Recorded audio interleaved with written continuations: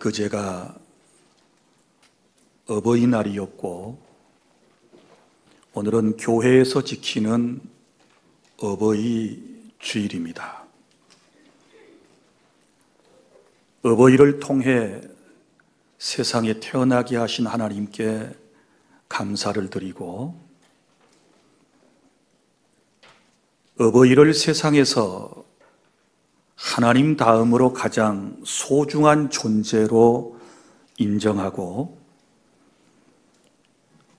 사랑의 부모님을 주 안에서 섬기며 또 공경해 드리는 그런 은혜가 우리 주 안의 모든 성도 여러분에게 함께 하시기를 바랍니다. 유명한 나폴레옹의 일화 가운데 이런 이야기가 있습니다. 나폴레옹이 폴란드를 침략해 들어간 때였습니다. 폴란드 농촌에 있던 한 영주가 침략해온 나폴레옹 황제에게 좀 잘 보이기 위해서 그를 자기 집에 저녁 만찬에 초대를 했습니다. 패전국의 영주가 승전국의 황제를 초대한 것입니다. 전쟁터에 나와 있던 나폴레옹과 그 신하들은 이 영주의 초대를 받아 그 집에 갔습니다. 식탁이 마련되어 있었습니다. 그런데 그 영주는 좌석을 배치할 때 나폴레옹을 제일 상석에 모시지 않았습니다. 그리고 자기의 부모님을 상석에 모시고 식사를 하게 되었습니다. 나폴레옹은 속으로 화가 났지만 체면상 말을 안 하고 있을 때 옆에 있던 신하가 화를 내며 그 영주에게 항의를 했습니다. 어떻게 우리 대제국의 황제를 이렇게 대우할 수 있습니까? 그러자 주인이 이렇게 대답을 했습니다. 이 자리에는 내 아버지와 어머니가 앉으실 자리입니다. 나라에서는 황제가 최고로 높지만 우리 집안에서는 내 아버지와 내 어머니가 제일 높습니다. 그래서 상석에 내 부모님을 모신 것입니다. 라고 대답을 했습니다. 이 말을 들은 나폴레옹은 그 영주의 말에 감탄을 하고 그의 효성을 칭찬해 주었다고 합니다. 사랑하는 주 안의 성도 여러분, 이 세상에서 가장 존경받아야 할 분이 누구입니까? 내 삶에 있어서 가장 소중하고 가치 있는 분이 누구라고 생각을 하십니까? 여러분들은 세상에서 어떤 위인을, 영웅을 가장 존경하십니까? 우리는 마땅히 주님 안에서 나의 부모님이 최고의 부모님이시고 나의 부모님이 세상에서 가장 높으신 분이고 귀한 분이라고 하는 사실을 오늘 말씀을 통하여 깨닫고 은혜 받는 시간이 될 수 있기를 바랍니다.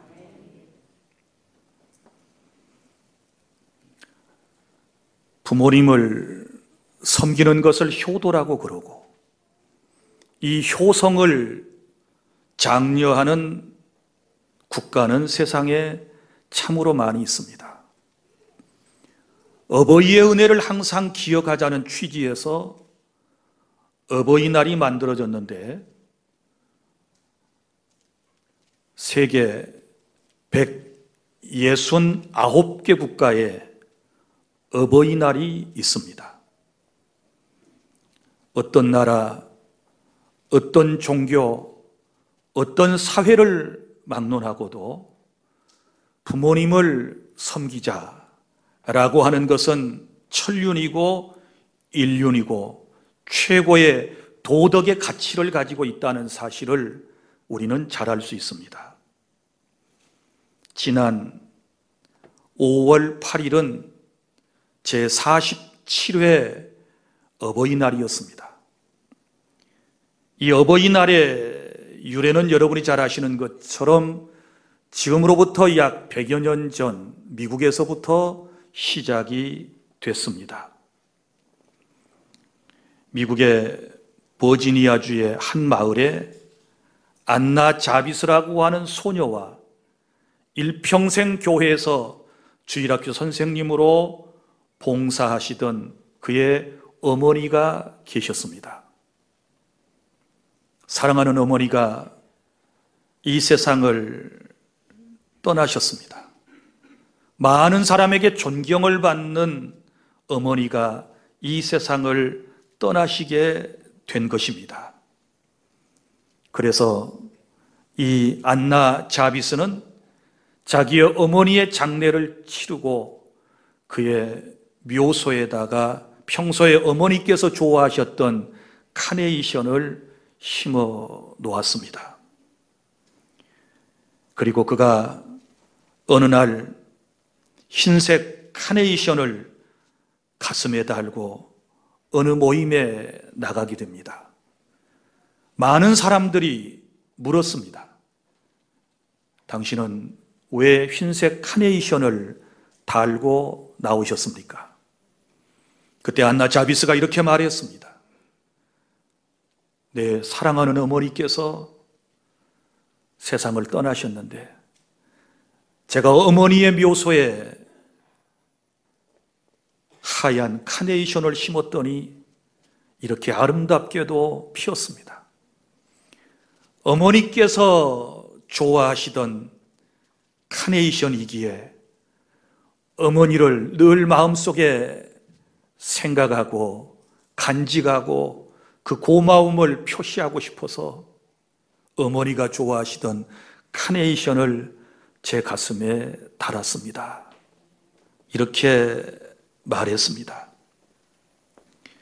그리고 안나 자비스는 이제 어머니를 잘 모시자라고 하는 운동을 전개하면서 1904년 시애틀에서 최초로 어머니의 날 행사를 갖게 된 것입니다. 그때 어머니 날 행사를 개최하면서 어머니가 살아 계신 분들은 가슴에 붉은색 카네이션을, 그리고 어머니가 돌아가신 분들은 흰색 카네이션을 가슴에 달게 하고 첫 번 어머니 날 행사를 갖게 되었습니다. 그 이후에 사람들은 어버이날이 되면 사랑하는 어버이들의 가슴에다가 빨간 카네이션을 달아드리게 된 것이지요. 처음에는 흰색과 빨간색을 구별해 사용했지만 세월의 흐름에 따라서 이제는 누구나 다 빨간색 카네이션을 어머니의 가슴에 달아드리면서 그 어머니의 사랑과 그 고마움을 표시하고 있는 것입니다. 그 후에 미국에서는 1914년 5월 둘째 주일을 어버이날로 정했고, 우리나라에서도 1956년 5월 8일을 어머니날로 제정을 했습니다. 그리고 1973년도에 어머니날이 어버이날로 바뀌면서 우리가 지금까지 5월 8일을 어버이날로 지켜오고 있는 것입니다. 우리가 평소에 어버이의 은혜를 늘 잊고 살다가 5월달이 되면 어버이날을 생각하고, 어버이날이 되면 어머니 아버지를 그리워하고 또 효성을 다짐하는 그런 시간을 갖게 되는 것은 큰 의미가 있다라고 생각을 합니다. 사랑하는 주 안의 성도 여러분, 제가 많은 설교를 합니다. 늘 여러분에게 말씀을 드리지만 매년 어버이 주일의 설교가 가장 힘듭니다.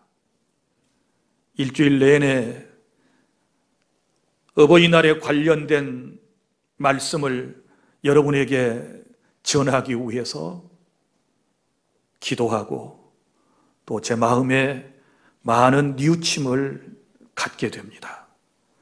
우리 모두 다 불효자식들입니다. 우리 모두 하나님 앞에, 부모님 앞에서 한없이 연약한 존재들입니다. 오늘 말씀을 통하여 다시 한번 주님의 가르침을 좇아 부모에게 효성을 다하는 우리 모든 성도 여러분들이 다 되시기를 바랍니다. 첫째, 우리가 부모님을 공경해야 할 이유가 있습니다. 오늘 본문에 두 가지를 말씀을 하고 있는데 부모님을 공경해야 할 첫 번째 이유는 하나님의 명령이기 때문에 그렇습니다. 6장 1절, 자녀들아 주 안에서 너희 부모에게 순종하라, 이것이 옳으니라. 내 아버지와 어머니를 공경하라, 이것은 약속이 있는 첫 계명이니 이로써 내가 잘 되고 땅에서 장수하리라. 아멘. 여러분, 하나님의 명령입니다. 첫 계명이다, 이렇게 말씀을 하셨습니다. 여러분, 10계명은 10가지 계명을 말합니다. 그런데 첫 번째 계명이 이제 하나님에 관련된 계명이지요. 1계명부터 네 번째까지 계명은 여러분이 잘 아시는 것처럼 하나님을 어떻게 예배할 것인가, 예배의 대상이 누구인가, 예배의 날에 관련된 그런 말씀이 1계명부터 4계명까지의 말씀이고, 그 다음에 다섯 번째 계명인 5계명에서부터 10번째까지의 계명은 우리가 세상에 살아가면서 인간으로서 사람에게 지켜야 할 그런 계명입니다. 그런데 내 부모를 공경하라 라고 하는 말씀은 다섯 번째 계명인데 오늘 말씀에 보면 첫 계명이니 이렇게 말씀을 하고 있는데 이것은 인간에게 주신 첫 번째 계명이다 라고 하는 말씀입니다. 여러분, 놀랍지 않습니까? 하나님께서 우리에게 주신 첫 번째 계명이 서로 사랑하라, 헌신하라, 봉사하라, 기도하라 이런 것이 아니고 내 부모를 공경하라, 이렇게 말씀을 하고 있습니다. 출애굽기 20장 12절, 신명기 5장 16절에 주님께서 우리에게 주신 말씀입니다.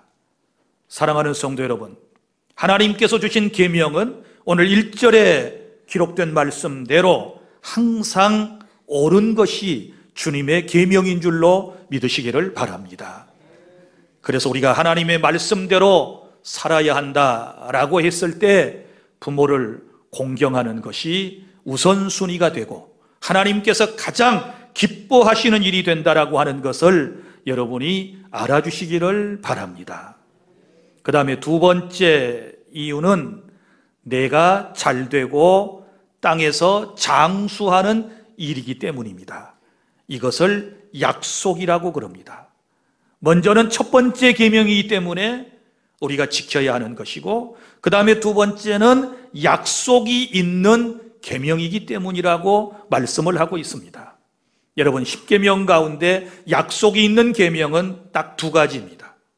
하나님에 관련된 약속은 안식일을 거룩하게 지키면 하나님께서 복을 주실 것이다 라고 하는 말씀과, 그리고 또한 5계명에서 내 부모를 공경하면 내가 잘되고 땅에서 장수하리라고 하신 이것이 약속인 줄로 믿으시기를 바랍니다. 하나님의 약속은 신실하십니다. 우리가 이 말씀대로 살았을 때 주님께서는 우리에게 놀라운 복을 주실 줄 믿습니다. 그렇다고 해서 우리가 효도를 하는 목적이 내가 잘 되기 위해서, 내가 장수하기 위해서, 내가 복을 받기 위해서 한다라고 생각하면 그것은 잘못된 것입니다. 우리는 하나님의 명령에 따라 자식으로서 마땅히 부모를 잘 공경했을 때 하나님께서 우리를 생각하셔서 우리에게 복을 주신다는 말씀이지, 내가 복을 받기 위해서 부모에게 효성을 다한다, 그런 뜻은 아니라는 것을 여러분이 알아주시기를 바랍니다. 사랑하는 주 안의 성도 여러분, 하나님께서 나를 이 세상에 보내실 때 부모님을 통해서 나를 이 세상에 보내주셨습니다. 그리고 부모님을 통해서 양육을 받게 해주셨고, 부모님을 통해서 세상을 배우게 해주셨고, 부모님을 통해서 우리는 많은 것을 지금 솔직히 소유하고 있는 것입니다. 여러분, 세상에 자녀 없는 부부는 있지만 부모 없이 세상에 태어난 사람은 아무도 없다는 사실을 아시기를 바랍니다. 그런데 여러분, 내 부모를 공경하라 라고 했을 때 마음에 늘 걸리는 부분이 있는 분들이 있을 것입니다. 무슨 얘기인가 하면, 내 부모가 많이 배웠고, 내 부모가 도덕적으로 윤리적으로 흠결이 없고, 내 부모가 세상 사람들로부터도 존경을 받는 그런 덕망이 있는 부모님이라면 우리가 부모를 공경하는 것은 매우 쉬우리라고 생각을 합니다. 그런데 더러 우리의 부모님들 가운데 그렇지 못한 분들이 계시지 않습니까? 출신 성분도 안 좋고, 배운 것도 없고, 가진 것도 많지 않고, 주님을 모르실 때 세상에서 죄를 지었고, 전과도 있고, 그리고 어렸을 때부터 기억되는 사랑하는 부모님이라고 하는 사람은 늘 술 취한 어머니, 늘 아빠와 싸우는 엄마, 그리고 도박하고 구타하고, 그래서 늘 주변의 사람들을 힘들게 했던 이런 부모님들 슬하에서 자라난 사람들은 그런 부모님을 공경한다라고 하는 말이 나오면 굉장히 힘들 거라고 생각을 합니다. 어렸을 때 부모에게 많은 상처를 받고 살아오신 분들은 오늘 이 설교가 굉장히 부담이 될 것이라고 생각합니다. 그러나 여러분, 이걸 아셔야 됩니다.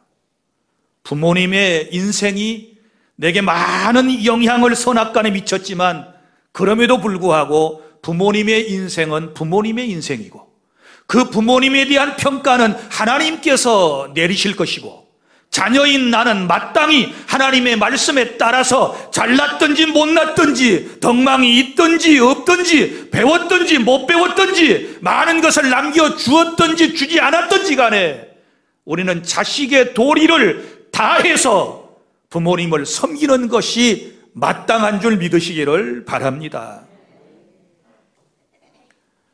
사람이 흉보면서 닮습니다.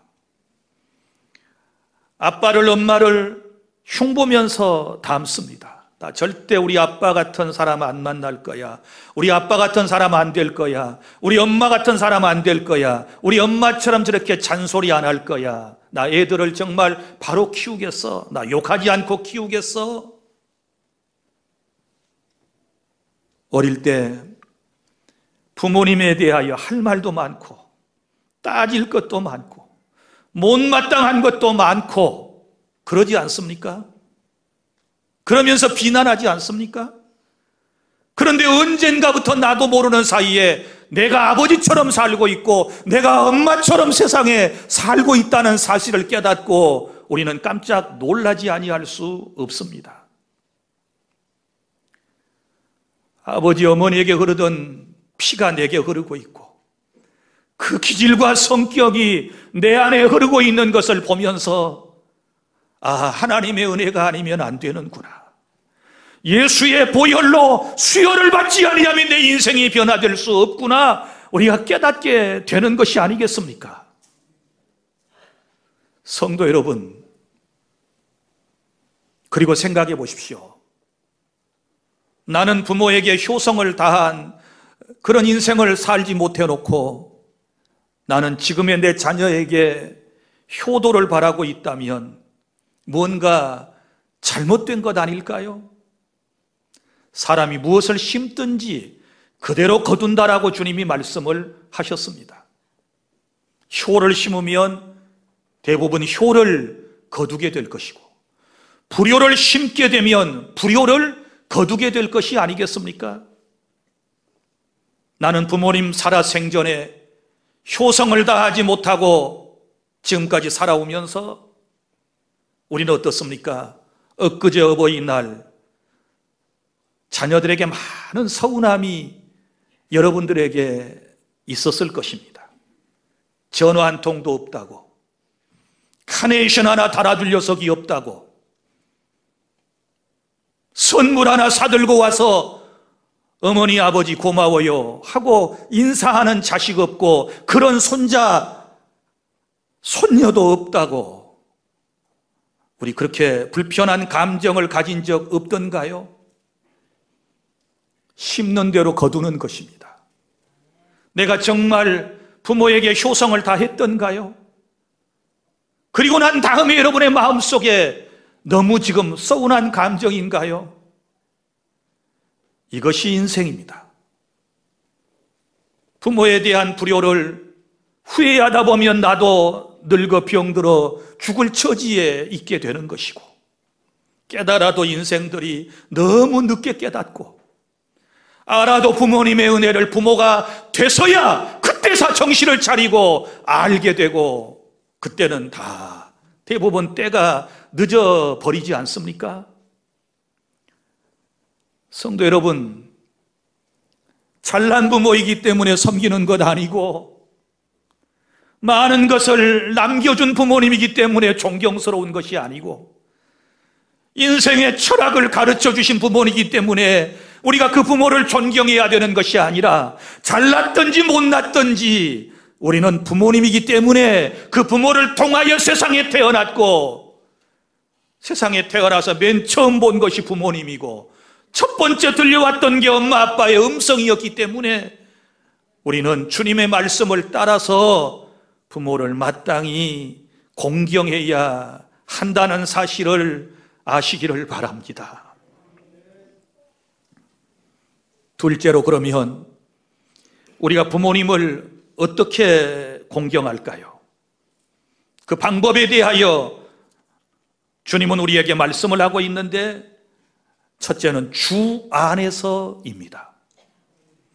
주 안에서라고 하는 말은 주님을 믿기 때문에, 주님을 섬기기 때문에 주의 말씀 안에서 우리가 부모를 순종하고 공경해야 된다라고 하는 말씀입니다.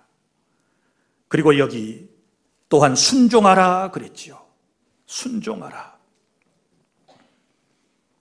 무슨 얘기입니까?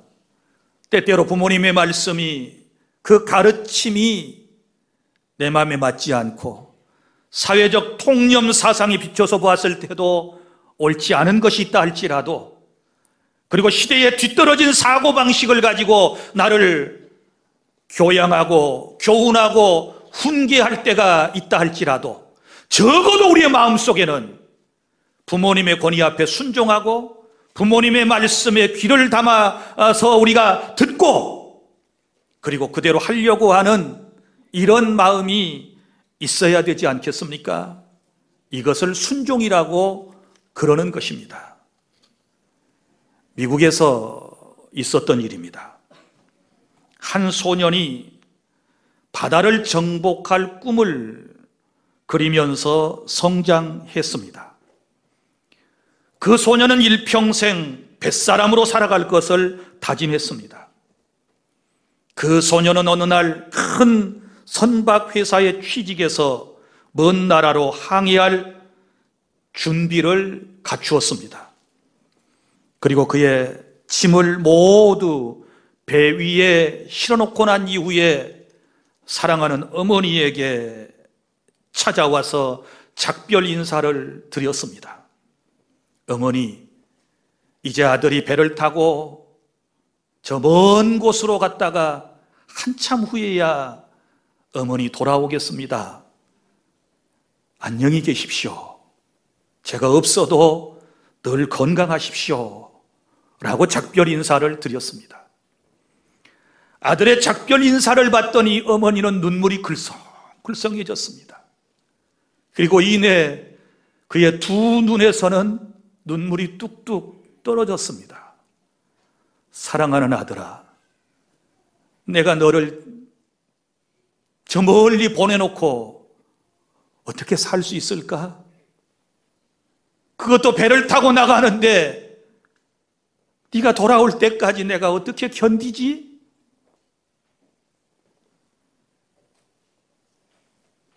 너를 떠나보내는 것이 너무 괴롭구나. 이런 말씀을 하시는 그의 어머니의 모습을 이 소녀는 보았습니다.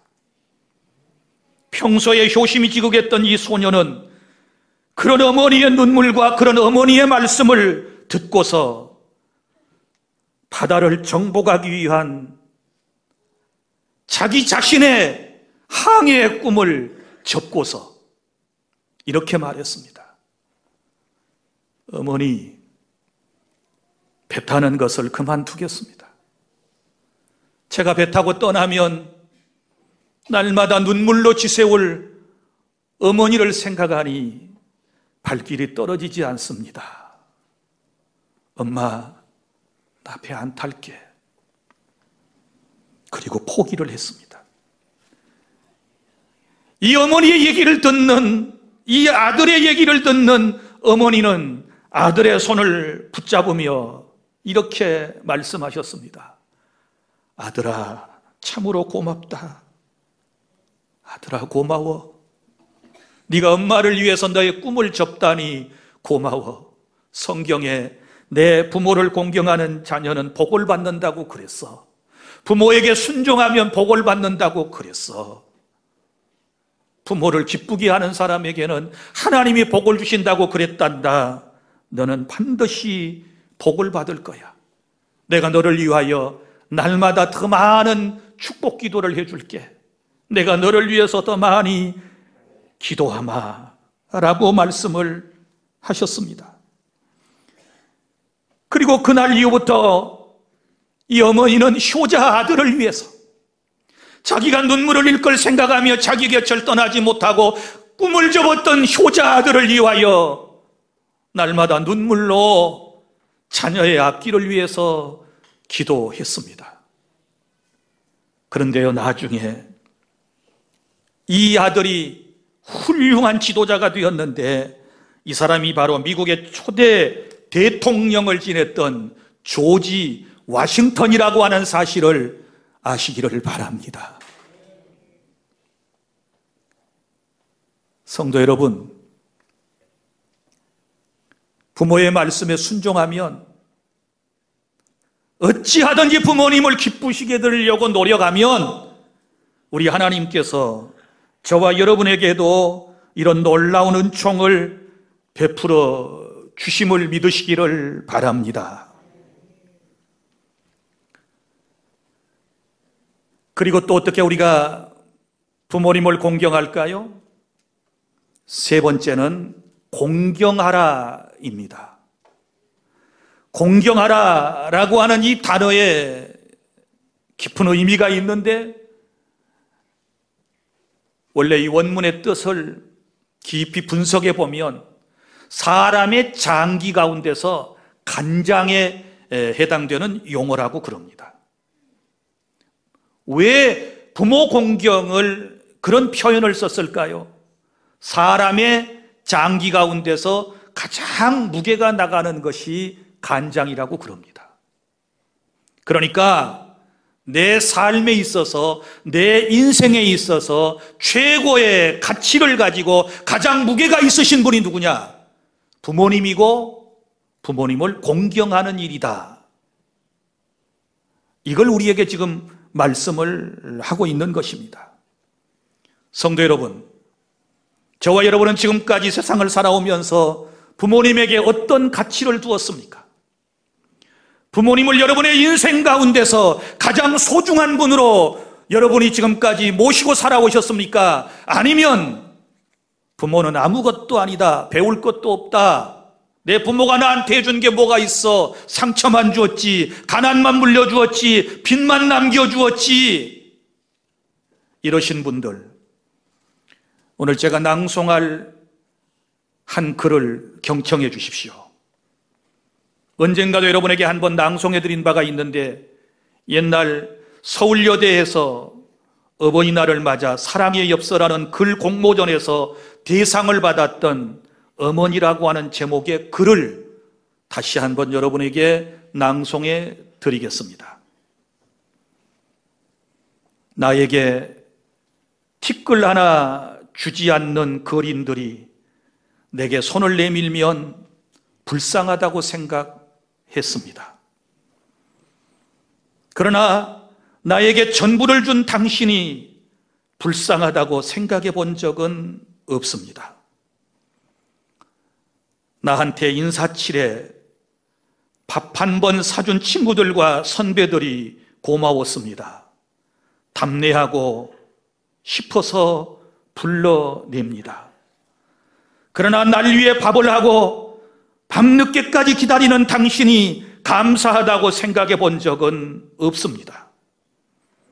실제로 존재하지도 않는 드라마 속 배우들 가정사에 그들을 대신해 진짜 눈물을 흘렸습니다.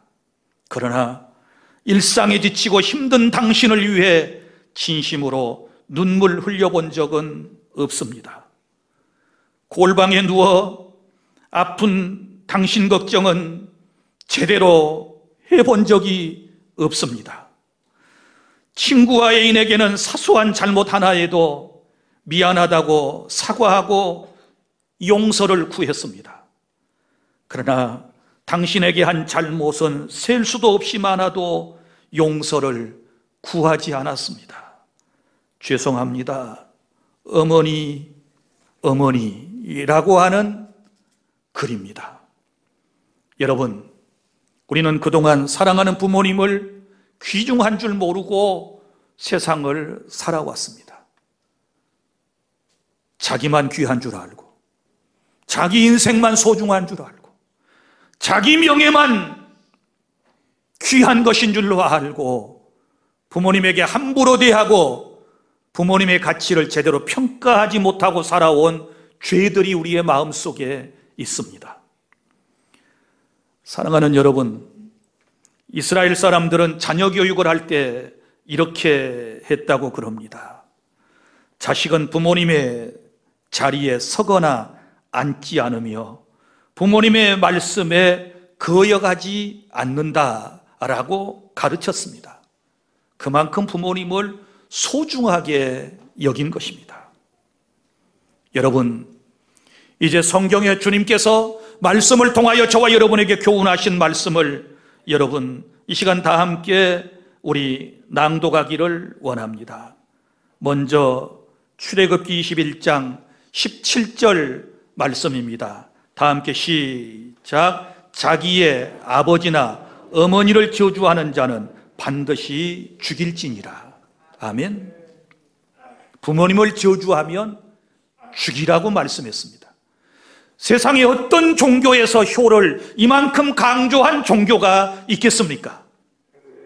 단지 우리나라 사람들은 기독교인들이 제사 하나 드리지 않는다는 그것으로 덤떡을 씌워가지고 불효의 종교라고 떠들어대고 살아생전에는 효성을 다하지 못하다가 돌아가신 다음에 제사장 차려놓고 울며 불며 효도하는 척하지만 우리 주님은 살아생전에 부모에게 효를 다하고 부모를 존경하지 못하고 부모를 저주하는 사람은 반드시 죽이라고 말씀을 하셨습니다.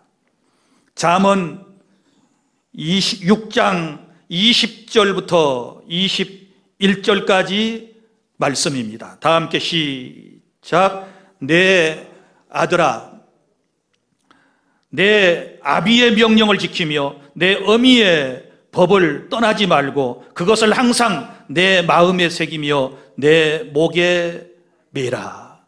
믿습니까? 사랑하는 성도 여러분, 항상 우리는 주의 명령뿐만 아니라 부모님의 명령을 지키며 항상 그 법을 떠나지 않고 마음에 새기고 목에 매며 살아가야 될 줄 믿습니다. 또한 잠언 30장 17절, 아비를 조롱하며 엄히 순종하기를 싫어하는 자의 눈은 골짜기의 까마귀에게 쪼이고 독수리의 새끼에게 먹히리라고 말씀을 했습니다. 골로새서 3장 20절, 자녀들아 모든 일에 부모에게 순종하라. 이는 주 아래서 기쁘게 하는 것이니라. 아멘. 마가복음 7장 10절, 모세는 내 부모를 공경하라 하고 또 아비나 어머니를 오도가는 자에게는 죽임을 당하리라고 주님께서 우리에게 말씀을 해 주셨습니다. 디모데전서 5장 4절, 자녀나 손자들이 있거든 그들로 먼저 자기 집에서 효를 행하여 부모에게 보답하기를 배우게 하라. 사랑하는 자식과 손자 손녀들에게 효성을 가르쳐서 부모에게 보답하기를 배우게 하라고 말씀을 하셨습니다. 사랑하는 자녀들에게 가르쳐야 할 것 같습니다. 주님이 효에 대하여 가르치라고 우리에게 말씀을 했습니다. 공부를 가르치는 것보다 더 중요한 것은 효를 가르쳐야 될 줄 믿습니다. 세상에서 학문적으로는 똑똑하지만 부모를 귀하게 여기지 못하고 부모에게 효성을 다하지 못한다면 여러분, 세상에 그런 사람처럼 우매한 사람이 또 어디에 있겠습니까? 여러분, 이제 오늘 말씀을 우리가 마음판에 새기면서 어떻게 우리가 부모님을 섬길 것인가, 공경할 것인가, 구체적인 말씀을 몇 가지로 여러분들에게 제시해 드리고자 합니다. 먼저는 효도하려면 부모님에 대해서 잘 아셔야 합니다. 여러분들이 부모에 대해서 잘 아는 것 같지만 잘 모르는 분들이 계세요. 아버지의 고향, 어머니의 고향, 어머님의 외갓집에 대한 여러분들이 족보나 혹은 그 가정에 대한 내력을 잘 알고 계십니까? 잘 섬기려면 잘 알아야 되는 것입니다. 부모님의 일가 친척에 대해서도 잘 알아둘 필요가 있습니다. 그리고 부모님의 건강 상태도 여러분이 잘 아셔야 하는 것입니다. 또한 부모님이 좋아하시는 것은 무엇이고 싫어하시는 것은 무엇인가도 여러분은 알아두어야 할 것입니다. 심지어는 부모님의 성격까지도 알아야 우리가 부모님을 섬기는 데 있어서 실수하지 아니하고 부모의 마음을 아프게 하지 않는다는 것을 알아주시기를 바랍니다. 일평생 살아온 부모님의 기질과 성격과 성품을 여러분이 감히 바꿀 수 있겠습니까? 여러분, 바꿀 수 없습니다. 우리는 그대로 인정하고 그분을 사랑해야 되고 공경해야 될 줄로 믿으시기를 바랍니다. 그리고 우리가 정말 부모님을 잘 섬기려면 부모님에게 인사 잘하고 보고를 철저히 잘하는 습관이 필요한 것입니다. 인사만 잘해도 먹고는 산다고 제가 여러분들에게 근 10여 년 동안을 가르쳤는데 누구에게보다도 부모님에게 인사깔이 있어야 될 줄로 믿습니다. 제 부모에게 인사를 똑바로 하지 않는 자는 여러분, 남에게 아무리 깍듯하게 인사를 잘하고 친절하다 할지라도 그것은 외식이고 그건 하나님께서 기뻐하지 않는 것입니다. 그래서 인사 깍듯이 잘하고 또 늘 보고를 잘하는 것이 중요합니다. 출타하고 돌아오고 난 이후에 보고하고 어디 나갈 때에 보고하고 무슨 일이 있을 때 보고하고 이러면 부모님들은 그거 아무것도 아닌 것 같지만 매우 기뻐하실 줄 믿습니다. 그리고 식사 예절도 잘 지키고 아이들에게도 잘 가르치는 것이 중요합니다. 항상 부모님이 먼저 음식을 드시게 하고 그 다음에 자녀가 이제 먹게 될 것이고 또 식사를 끝나고 난 이후에도 부모가 먼저 상을 떠난 다음에 자녀인 우리도 상을 떠나야 되지 않겠습니까? 이런 식사 예절이라든지 이런 것들도 소소하게 아이들에게도 잘 가르쳐야만 앞으로 가정의 질서가 세워지고 하나님께서 기뻐하시는 믿음의 가정이 될 줄로 믿으시기를 바랍니다. 그리고 평소에 부모님과 대화 습관을 많이 갖는 것도 좋을 것 같습니다. 제가 우리 아이들을 양육해 보니 그래요. 아이들과의 대화가 참 부모님과의 대화가 지금 없는 그런 시대에 우리가 살아가고 있습니다. 자식들이 부모님에게 소소한 것까지라도 상의할 줄 알고 그럴 때에 부모님은 외롭지 않는 것입니다. 하루 종일 말할 상대가 없어서 하늘만 쳐다보고 TV에서 나오는 노래만 따라 부르다가 하루 일과를 마치고 친구들 만나서 그저 소일하다가 하루 일과를 마치는 부모님들에게 자식들이 소소한 것까지도 상의할 줄 알고 늘 그렇게 우리가 대화의 상대로서 대해드리게 되었을 때 얼마나 행복감을 느끼겠습니까? 그리고 대화의 기법은 경청입니다. 겉낮으로 듣지 말고 부모님이 말씀하시면 그것이 설령 내 마음에 맞지 않고 그리고 사회 통념상 그것이 지혜가 아니라 할지라도 부모님이 말씀하시면 경청할 수 있는 그런 인내도 우리에게 필요한 것입니다. 태도가 참 중요한 것 같습니다. 우리는 부모님들께서 말씀이 좀 길어지면 다 싫어해요. 여러분 자신이 여러분의 자녀에게 잔소리하는 것은 모르고 부모님이 내게 말씀이 길어지면 잔소리라고 우리가 손절하고 이러지 않습니까? 이래서는 안 되는 것입니다. 그리고 부모님 앞에서 늘 밝은 모습을 보여드리고 부모님 앞에서 형제자매가 다투지 않는 그런 모습 또한 보여야 할 것입니다.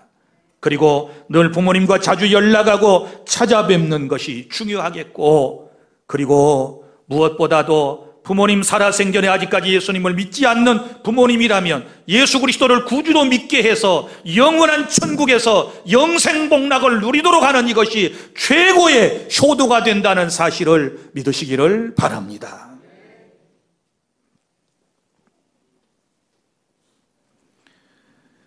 저는 90대신 어머니 아버지가 다 살아계십니다. 제 동료 목사님들이 많이 부러워하면서 제 양친들께서 살아계시는 것을 듣고서는 저한테 이렇게 말합니다. 살아계실 때 잘해드리세요. 물론 그 목사님들은 다 부모님이 일찍 세상을 떠나신 분들입니다. 내가 부모님이 다 살아계시다 그러니까 살아계실 때 잘해드리세요. 이 말씀을 들을 때 제 마음속에 여러 가지 생각들이 왔다 갔다 합니다. 기분 좋은 말이기도 하고 내 마음에 상처가 되는 말이기도 하고 내가 깨닫는 말이 되기도 되고 여러 가지 생각들이 왔다 갔다 합니다. 먼저는 저분이 살아생전에 부모에게 못다한 것이 얼마나 효도를 못한 것이 아쉽고 후회가 되었으면 나한테 살아생전에 더 잘해드리세요 라고 말할까 하나. 그 다음에 또 하나는 내가 얼마나 부모님에게 제대로 안 하는 것처럼 보였으면 부모님에게 더 잘해드리세요 이렇게 말할까. 그러다가 정말 저분도 부모님이 나처럼 살아계시면 정말 저렇게 말하는 대로 후회하는 대로 부모님에게 정말 살아계실 때 잘하실 수 있을까라고 하는 못된 마음도 제 마음에 가끔씩 든답니다. 어떻게 생각하세요? 여러분의 부모님이 지금 살아계신다고 칩시다. 돌아가신 분들이 대반이시겠지만 정말 잘하실 수 있겠습니까? 후회 없는 효성을 다하실 수 있겠습니까? 저도 여러분 모두도 자신이 없습니다. 그건 우리가 너무 후회스러워서 하는 말들 뿐입니다. 인생이 철들다 죽는다 그러지 않습니까? 그래서 정철의 시조 가운데 어버이 살아계실 때 섬기기 다하여라. 지나누면 애답다 의아리. 평생에 못 고쳐 할 일 이뿐인가 하노라. 여러분, 부모님이 살아계신 분들은 지금부터 효성을 다짐하고 하나씩 실천해 나가고, 이미 부모님이 세상을 떠나버리신 분들은 어찌하겠습니까? 주변의 어른들을 내 부모님처럼 생각하고 효성을 다하도록 노력해 주시기를 바랍니다. 우리 자신이 부모 아닙니까? 대부분 오늘 예배에 나오신 분들 3분의 2가 다 부모님들입니다. 여러분 자신이 부모예요. 여러분들에게 자녀가 있고 여러분들도 자녀에게 효도를 받으셔야 하고, 그러면 가르쳐야 하고, 그것도 행하면서 가르쳐야 하고. 그래서 저와 여러분의 가정이 효자가 많이 나오는 그런 가정이 되기를 바랍니다. 오늘 주신 말씀, 자녀들아 주 안에서 너희 부모에게 순종하라. 이것이 옳으니라. 내 아버지와 어머니를 공경하라. 이것은 약속이 있는 첫 계명이니 이로써 내가 잘 되고 땅에서 장수하리라. 하나님의 말씀입니다. 아멘. 기도하겠습니다. 하나님 감사합니다. 오늘 어버이 주일 맞아 주님의 말씀을 들었습니다. 아무리 생각해 보아도 우리가 불효자식들입니다. 우리의 모든 죄악을 용서하여 주시옵소서. 이제부터라도 효를 행하게 하시고 하나님을 기쁘시게 할 수 있도록 도와 주시옵소서. 떠나버린 부모님을 못내 아쉬워하며 후회하는 사람들, 주변의 노인들을 내 부모님처럼 공경하고 사랑하고 섬길 수 있도록 도와 주시옵소서. 우리 교회 안에서, 우리 가문에서 효자 효녀가 많이 나오게 하여 주시옵소서. 예수님 이름으로 기도하옵나이다. 아멘.